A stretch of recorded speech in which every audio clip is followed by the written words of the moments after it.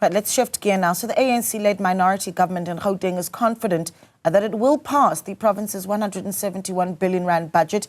It was tabled by the Finance MEC Lebogang Maile today, but needs the backing of either the DA or the EFF to pass. Juniour Khumalo reports.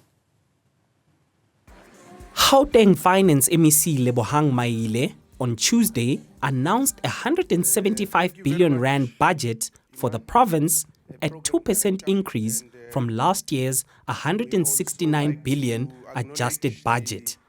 The bulk of the budget, at least 70%, has been allocated to education and health. The challenge now for the Gauteng minority government is to acquire enough backing from other parties. Speaking to Newzroom Afrika after the tabling of the budget, the province's premier says he's confident that this budget will pass. We've passed the adjustment budget last week. 67% of the vote we needed 51%, we got 67%. The adjustment budget last week, not far. All political parties supported us except the DA. So, I mean, we don't have to waste time of them. They don't want to engage, they don't want to work with us, they don't want to partner with us. They're still bitter that are not this government, they're childish.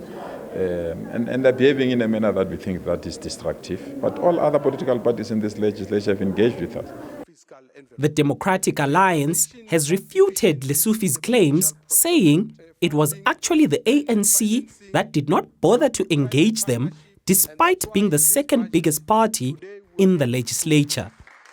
The ANC still thinks that they have a majority. They don't need us as the Democratic Alliance.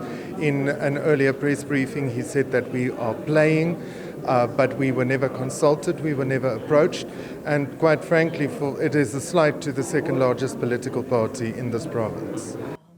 Despite tabling what he described as a funded budget, meaning resources are available for all allocations, Maile cautioned that the province's fiscal position still remains precarious. The liquidity pressures that are escalating in the province, with net cash balances projected to turn negative by the 2025-2026 financial year, largely due to the e-toll debt burden. This budget comes amid admissions by the Gauteng government that close to 2.2 billion had been returned to the National Treasury after it failed to utilize the funds from national government. Lesufi has refuted this. What we're having now, we're battling with, and we're still working on it.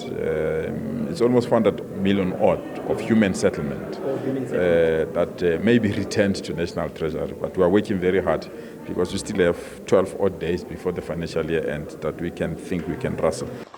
With the budget coming after the president's recent visit to the province and having given a tongue lashing to the leadership over the dilapidated infrastructure, Maile committed 36 billion rand over the next 3 years towards infrastructure projects. With over 90% of the province's budget coming from the national allocation, Maile acknowledged that the province needs to improve revenue collection and attract investment. There was a mixed reaction from opposition parties to Maile's budget. This budget, obviously, we got a lot less equitable share, but provincial own revenue hasn't been growing.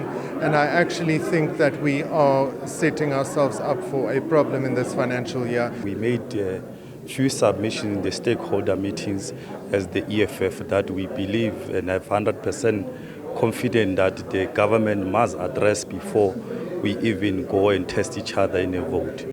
Budget votes in the legislature are set to take place in July, and only then will Gauteng citizens learn whether the budget will pass.